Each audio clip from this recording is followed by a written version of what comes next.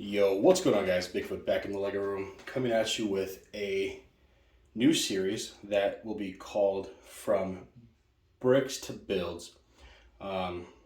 It kind of rings, kind of does all right with sounding that way, but it'll be all right. Real quick, I want to apologize for the lighting. I have a shadow going on, which is not supposed to be the way, but that's how it's going to be, unfortunately, for right now until I can get my new lighting system. So, with this build, I'm doing a quick tattooing mock. The idea of it is going to be a hidden path situation with rebels.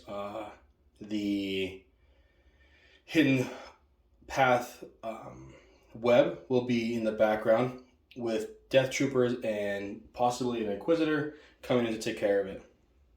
And so what I wanted to do is show you how I'm building this mock. I'm not a big mock builder. I'm not Coconut Brick Studios or Solid Brick, so I'm not a very good builder. I'm not big into the mock building community so far.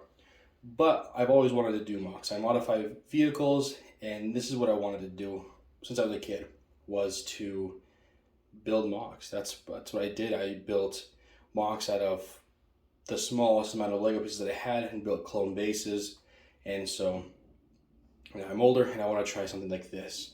So a lot of builders like to go on a big plate and build up with bricks to give you an ability to go deep into the ground if you want to build a trench. But with this, I'm not going to.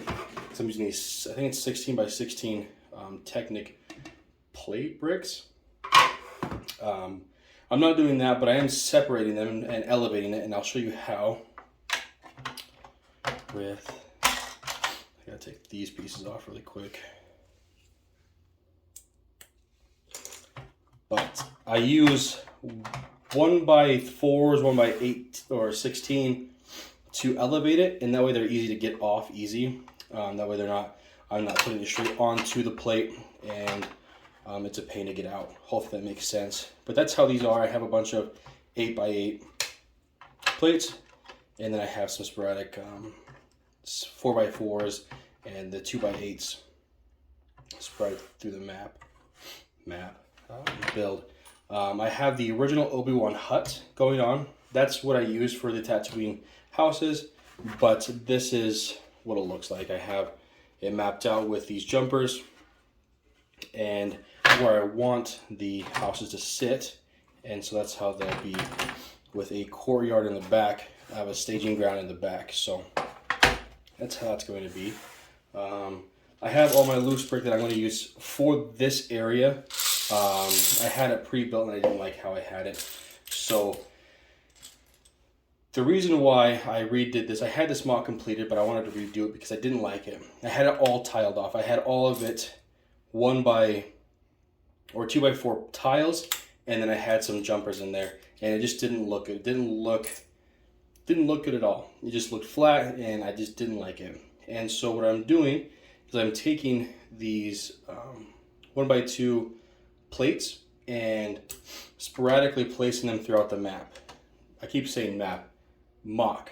I'll also throw in these 1x1s randomly. Let's see if I can get a little bit closer so you guys can see it better. But let's go like that. Here we go. So what I'm doing is I'm going to randomly place the tiles and plates to give it texture. I'm also wanting to make it look like there is a path going out from the houses, and so it looks like it's going to be beaten down, so the dirt or the sand might be a little bit darker. So that's kind of an idea that I had in my head that I'm going to run with right now.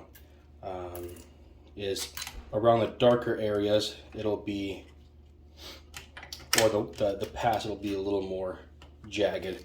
And so we're going to start a time lapse here in a second, and that's what you'll see me do here in a second. But the idea is to give it texture with these plates and jumpers, and also kind of have a path come together and walk out to the side, but also give it a smooth tiled off look with texture and a path. So we'll do a time lapse, and I'll see you in 1 second.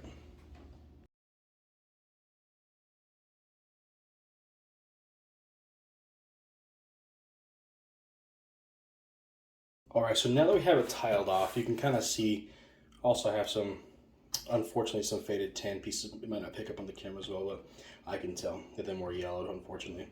But I have a path coming off to the side that breaks off, and then I wanted to eventually add in a piece that points back into this little gap. I have a little build that I'm eventually going to try and somehow attach here.